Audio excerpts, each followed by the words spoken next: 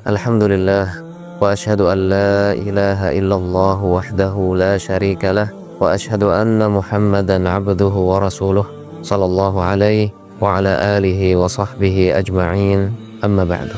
Teman-teman hijrah rahimani wa rahimakumullah, ada bentuk-bentuk mandi yang disunnahkan, yang dianjurkan, sehingga dianjurkan untuk melakukan seperti ketika mandi junub pada keadaan-keadaan tertentu.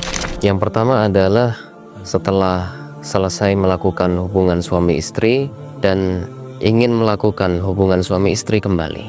Rasulullah Shallallahu Alaihi Wasallam beliau pernah melakukannya, mendatangi para istri beliau, dan setiap kali selesai berhubungan dengan satu istri beliau mandi. Rasulullah Shallallahu Alaihi Wasallam ditanya tentang hal itu, mengapa beliau mandi beberapa kali, tidak mencukupkan dengan hanya satu kali. Maka beliau menjawab, hadza azka wa athhar wa atyab, itu lebih bersih, lebih suci, dan lebih baik. Kemudian keadaan yang kedua, disunahkan untuk mandi dengan tata cara seperti mandi junub ketika akan menghadiri sholat Jumat.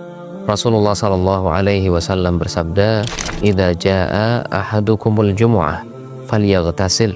Apabila seseorang di antara kalian menghadiri sholat Jumat, maka hendaklah dia mandi. Dan hukum mandi untuk sholat Jumat itu adalah sunnah yang sangat ditekankan. Yang ketiga adalah mandi untuk menghadiri sholat Idul Fitri dan Idul Adha, karena keduanya seperti sholat Jumat, berkumpul, bertemu dengan banyak orang untuk melakukan suatu ibadah yang mulia. Begitu juga Ibnu Umar radhiyallahu anhuma dahulu ketika akan menghadiri sholat Idul Fitri, mandi terlebih dahulu. Termasuk mandi yang disunahkan adalah mandi ketika akan berihram untuk melakukan haji dan umrah, sebagaimana yang dilakukan oleh Rasulullah Shallallahu Alaihi Wasallam. Beliau mandi ketika akan berihram untuk haji dan umrah. Berikutnya adalah apabila seseorang memandikan jenazah. Setelah memandikan jenazah, maka dianjurkan bagi orang yang memandikan jenazah itu untuk juga mandi.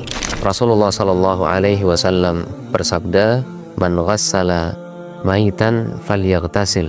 Siapa yang memandikan jenazah, hendaklah dia mandi. Teman-teman hijrah rahimani wa rahimakumullah, seseorang yang dalam keadaan junub dilarang dari beberapa hal. Yang pertama adalah berdiam di masjid. Kalau sekedar lewat tidak mengapa, tapi berdiam untuk waktu yang lama itu tidak diperbolehkan.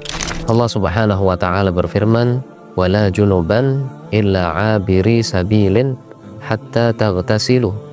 Demikian juga tidak diperbolehkan bagi orang yang junub untuk berdiam di masjid, kecuali apabila hanya sekedar lewat, hatta taghtasilu, sampai kalian mandi. Yang kedua, orang yang junub tidak diperbolehkan untuk menyentuh, memegang mushaf Al-Quran. Rasulullah Shallallahu Alaihi Wasallam bersabda, "La yamassul mushaf illa tahir."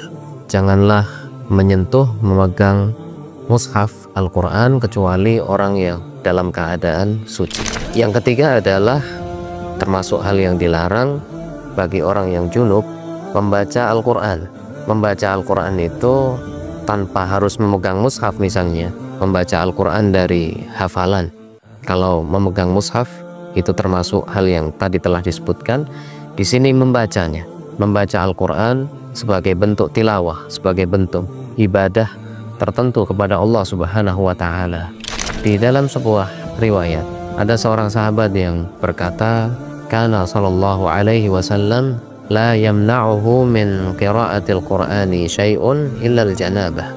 Rasulullah Shallallahu Alaihi Wasallam tidak ada yang menghalangi beliau untuk membaca Al-Quran kecuali dalam keadaan junub, ketika beliau dalam keadaan junub. Hal berikutnya yang tidak diperkenankan bagi orang yang sedang junub adalah melaksanakan sholat. Rasulullah Shallallahu Alaihi Wasallam bersabda, "La yaqbalullahu salatan bighairi tuhur." Allah Subhanahu wa Ta'ala tidak menerima sholat tanpa bersuci. Orang yang junub tentu dalam keadaan berhadas besar. Dan yang terakhir adalah tidak diperbolehkan untuk tawaf mengelilingi Ka'bah.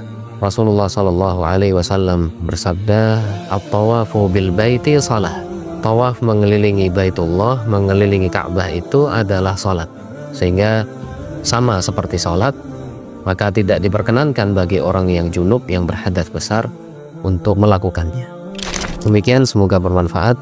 Sallallahu wasallam wa baraka ala nabiyyina Muhammad wa ala alihi wa sahbihi ajma'in.